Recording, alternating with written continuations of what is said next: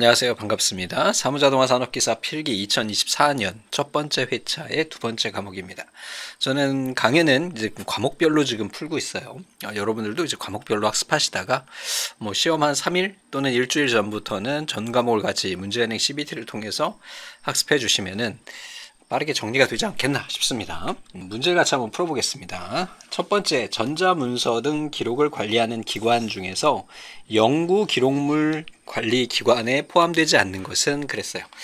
연구기록물 관리기관에는 몇 곳이 있었는데 그 중에 어떤 게 있었냐면 중앙기록물관리기관, 헌법기관 기록물관리기관, 지방기록물관리기관 및 대통령기록관 이렇게 해서 총 4가지가 있었어요.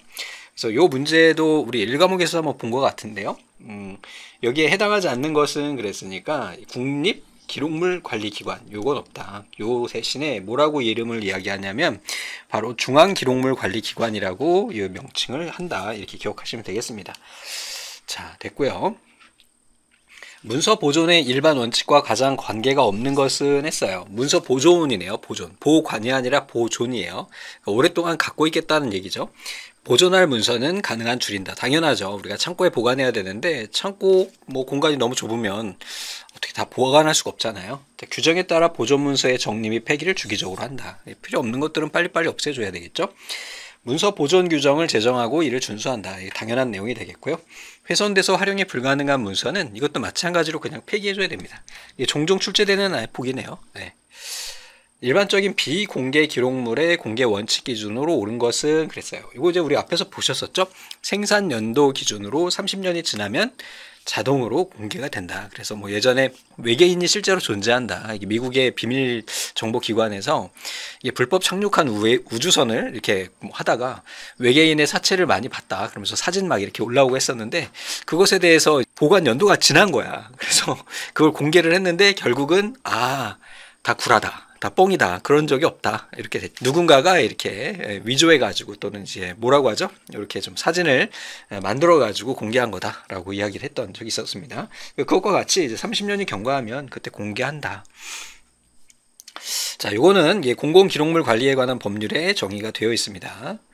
자, 사무 작업의 정확도를 향상시키기 위한 표준으로 작업 단위의 수가 아닌 보통 퍼센트로 표시하는 사무 표준 종류는 그랬는데 사무 표준은 기본적으로 양이라고 하는 표준이 있고요. 질이라고 하는 표준이 있고 그 다음에 양하고 질을 포함한 두 가지 형태를 모두 다 고려하는 그런 표준이 있어요. 그래서 여기에서 양이라고 하는 거는 보통 이제 개 또는 수량 이렇게 정확하게 측정이 가능한 것들을 이야기하고요. 질 같은 경우는 얘 품질은 약 우리가 원하는 것의 50%야 라고 하는 정도로 이 퍼센트로 표시가 되는 것을 우리가 질 표준이라고 이야기를 합니다. 그래서 이것도 종종 출제되는 아이인데 처음 보시죠? 어려운 내용은 아니니까. 그래서 양표준, 질표준, 양 및 질표준 이렇게 구분이 된다는 것도 같이 기억하세요. 다음이 설명하는 원칙은 사무조직은 비합리적 사람 중심이 아니라 목적 달성을 위해 해야 할 업무의 조직이 마련되어 있어야 한다. 업무 중심의 조직이 마련되어 있어야 된대요. 결국은 조직 기능, 이 문제에서 이야기하는 거는 업무 중심의 조직이 우선 구축이 되어 있어야 된다. 이 조직이라고 하는 거는 어떻게 구성되어 있다? 목적 달성에 의해서 기능적으로 우리가 구성이 돼 있다. 이렇게 보시면 됩니다. 그래서 각각의 회사에 보면 여러 부서들이 있잖아요. 그거는 그 회사에 있는 다양한 기능들을 걔네들이 나눠서 하는 거잖아요. 이 기능별로, 그치? 그래서 얘를 기능화 원칙이라고 한다고 우리 여러 번 본 적이 있습니다. 명령계통 일원화 원칙, 권한위임의 원칙, 합리적 책임 할당의 원칙, 통솔 범위의 적정화 원칙, 이러한 원칙들도 있다. 다음 중 집중 처리 시스템의 특징으로 가장 적합한 것은 그랬어요. 이제 집중 처리라고 하는 것과 분산 처리라고 하는 것 두 가지가 있었는데 집중 처리는 회사 한 곳에서, 그러니까 회사가 있으면 본사 한 곳에서 모든 걸 처리하는 거예요. 그러니까 분산 처리라고 하는 거는 지사가 있다거나 이런 것들을 의미하고 또 집중 처리라고 하는 것은 결국은 대표 혼자서 모든 권한을 가지고 이렇게 의사결정을 하는 형태가 되겠고요. 분산 구조 같은 경우에는 이사회 같은 게 있다고 말씀드렸죠. 그래서 이사회를 통해서 여러 사람의 이제 의견을 듣고 그 의견에 맞춰서 우리가 회사를 꾸려나가는 의사결정을 해나가는 그러한 형태가 있다 그랬어요. 여기에서 이제 집중 처리니까 한 곳에 모아서 하거나 대표의 대표 중심으로 돌아가는 그러한 회사가 되겠네요. 확장성이 우수하다 그랬는데 확장성이 우수한 거는 이건 분산형의 특징이죠. 그 다음에 전사적 관리가 용이하다 그랬어요. 전체 회사를 통틀어서 관리하는 것을 전사적이라고 이야기했죠. 그러니까 이거는 대표 혼자서 빠르게 뭔가 해나갈 때 전사적 처리가 가능하다. 이거 맞는 내용 같고요. 시스템 전체의 신뢰성이 높다 그랬는데 신뢰성은 좀 떨어지는 편이에요. 집중화를 하게 되면. 조직 요구에 대한 대응이 용이하다 그랬어요. 이것도 다 분산화에 대한 내용입니다. 자, 정보통신망의 개인정보의 안전성 확보에 필요한 기술적 조치에 해당하지 않는 것은, 이것도 우리 문제에서 본 적이 있었죠. 기술적인 거예요. 그래서 개인정보에 대한 접근 권한을 확인하기 위한 식별 및 인증 조치, 기술적인 것 같고요. 권한 없는 접근을 차단하기 위한 암호화, 접속 기록 및 위의 변조 방지를 위한 조치, 이런 것들, 개인정보 관리자의 의무와 책임을 규정한 내부 지침 수립 그랬는데, 이거는 기술적인 것보다는 어떤 관리적인 개념 쪽에 해당하겠죠. 그래서 우리가 기술적 조치와 관리적 조치, 이런 것들이 있었다라고 말씀드렸었고, 그 중에 이제 이 기술적 조치에 해당하는 아이들은 이렇게, 이것도 마찬가지로 정보통신망 이용 촉진에 관한 법률대에 정의가 돼 있다, 이렇게 보시면 되겠습니다. 자, 계획을 세우고 이를 달성하기 위해서 인간, 기계, 자료, 방법 등을 조정하는 모든 활동을 우리 관리라고 이야기한다 그랬죠. 사무관리라고 하는 거, 관리라고 하는 것 자체가 하나의 수단으로 한 조직의 공통 목표를 달성할 수 있도록 계획을 세우고 이를 달성하기 위한 하나의 활동이다. 모든 활동이다. 이렇게 보시면 되겠고, 페이올 박사가 이게 사무 관리에 대한 정의를 내려줬는데, 기업 활동의 본질적인 기능은 기술, 영업, 재무, 보안, 회계, 관리, 이런 것들에 해당하는데, 이런 것들은 모두 다 사무 관리에 해당한다. 이렇게 같이 기억하시면 되겠습니다. 자, 산업보건 기준에 관한 규칙에 의거해서 소음 작업 측정 결과 청력 보존 프로그램을 시행해야 하는 경우 라고 이야기했는데, 청력 보존 프로그램을 시행해야 되는 경우는 굉장히 소음이 큰 걸 의미하거든요. 보통 우리가 80dB이 기차 있죠. 전철. 지하철이 지나가는 그 역에서 들리는 소음 정도라고 이야기를 해요. 그래서 이것보다 더 시끄러우면 귀에 어떤 청력적인 손상이 발생할 수 있기 때문에 90dB이라고 하는 기준을 세워놓고, 이것도 마찬가지로 산업안전보건 기준에 적혀있는, 법규에 정해져 있는 그러한 내용이 되겠습니다. 그래서 청력 보존 프로그램을 한다는 것은, 예를 들어서 지하철 공사나 이런 공사를 할 경우에 공사하는 그 인부분들 계시잖아요. 그런 분들한테는 뭐 청력을 보호할 수 있는 헤드셋, 이런 것을 지급한다라고 이야기하죠. 여러분들 한참 요즘에 헤드셋이나 이어폰에 노이즈 캔슬링이라고 하는 기능 있잖아요. 이런 걸 사용해야 된다는 얘기죠. 얘기 들어보니까 노이즈 캔슬링이라고 하는 개념이 출시가 된 지 굉장히 오래됐더만요. 그러니까 예전에 이제 1차 세계대전, 2차 세계대전 당시에 이제 미사일 쏘고 대포 쏘고 막 그럴 때, 그 당시에 군인들이 청력 보호하기 위해서 그때 개발이 됐대요. 근데 이제서 우리가 이제 상용화해서 쓰고 있는 거지. 그러니까 군사 기술이었던 거죠, 쉽게 얘기해서. 경영정보 시스템 기능에 대한 설명으로 가장 옳지 않은 것은 그랬어요. 경영정보 시스템 똑같은 문제가 또 계속 출제가 되고 있어요. 컴퓨터를 이용한 사무 업무의 신속한 처리를 위한 시스템 맞죠? 프로그램이 가능한 정형적인 의사결정을 하는 게 아니라 동적인 의사결정을 하는 거죠. 그래서 우리가 주어진 어떤 데이터를 가지고 그 정보를 파악하고 그 정보에 의해서 우리가 의사결정을 하는 어떤 정형적인 게 아니라, 정적인 게 아니라 동적인, 그지, 다이나믹하게 그 상황에 맞게 우리가 하는 시스템이다 그랬죠. 잘못됐고요. PC, 팩스, 워드, 통신장치 등을 이용해서 의사소통을 담당하는 시스템이고, 컴퓨터 등의 정보기술뿐만 아니라 인적 자원도 여기에 포함되는 맨머신 시스템이다. 봤던 문제네요. 자, 경영정보 시스템에 대한 내용들 한번 정리해 주시면 될 것 같고요. 자, 31번이요. 경영 전략에 따른 의사결정에 대한 안소프의 주장과 관련이 없는 것은 그랬어요.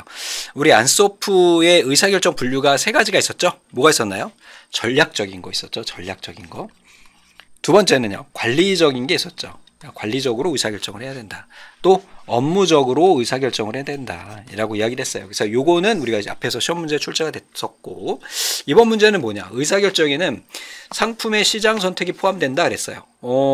상품의 시장 선택, 결국은 뭐 우리가 뭐 좋은 걸 팔아야 되는 거지, 팔리는 걸 팔아야 되는 거죠. 의사결정에는 경쟁상의 이점이 포함이 된다. 당연히 경쟁상의 이점이 포함이 될 수 있겠고, 의사결정에는 성장 벡터가 포함된다. 성장 벡터가 뭘까? 의사결정에는 환경변화 정보가 포함된다 그랬어요.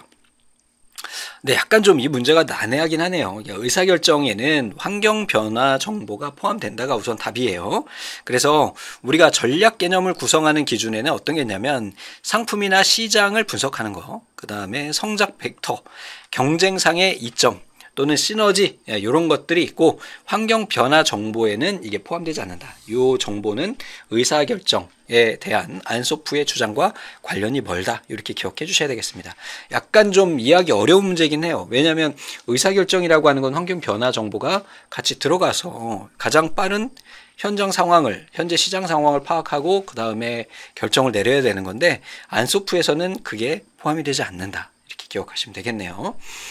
자, 안소프의 경영 전략에 대한 의사결정에는 거시적 차원에서 전략의 개념을 정립했대요.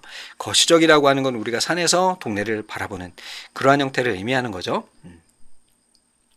다음 중 사무관리의 기능에 대한 설명으로 가장 옳게 정의한 것은 그랬어요. 사무관리라고 이야기했습니다. 조직의 효율성 제고를 위해 장래를 예측한다 그랬어요. 이것도 맞는 것 같고 경영 내부의 여러 기능과 활동을 효과적으로 달성하기 위한 조정, 지휘, 통제에 관한 기능이고 이거 문제 똑같이 출제됐었구나. 사무와 생산에 대한 기능을 모아 통합 처리하는 기능, 인적 자원 관리에 관한 업무를 주로 담당하는 기능 그랬는데 사무 관리를 통틀어서 가장 잘 정리한 건 2번이 되겠네요. 경영 내부의 여러 기능, 활동 얘네들을 모두 다 조정, 지휘, 통제하는 것을 우리 사무 관리라고 이야기했죠. 자, 사무 관리에 대한 내용들 초기 연구자는 래핑월이다. 이렇게 이것도 같이 하나 기억하세요. 자, 법정 업무의 효율적인 운영에 관한 규정에서 감열 기록 방식도 나왔군요. 팩스로 수신한 문서는 복사해서 접수해야 되는데 이 보존 기간이 몇 년 이상일 때요? 네, 3년 이상일 때 이것도 규정에 있었죠. 근데 요즘에는 워낙 이제 팩스밀리에 쓰지 않기 때문에 뭐 거의 유명무실한 규정이 되겠네요.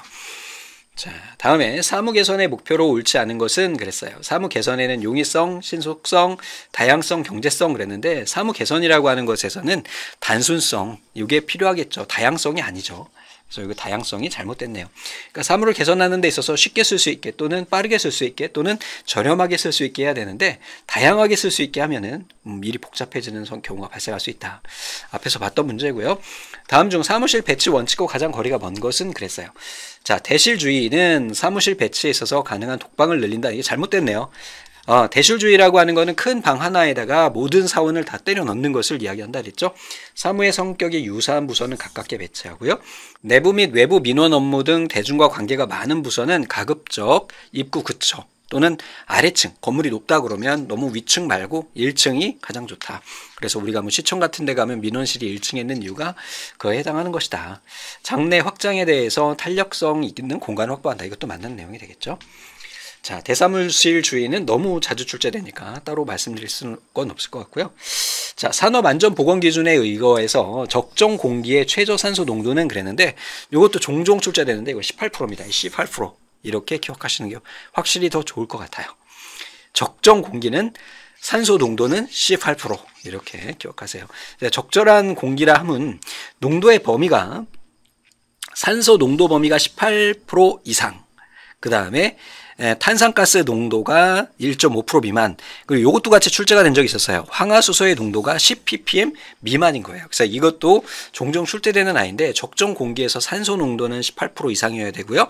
황화수소 농도는 10ppm 미만이어야 돼요. 황화수소라고 하는 거는 이거는 나쁜 물질이잖아. 화학물질이니까 이거는 10ppm 이하로 한다.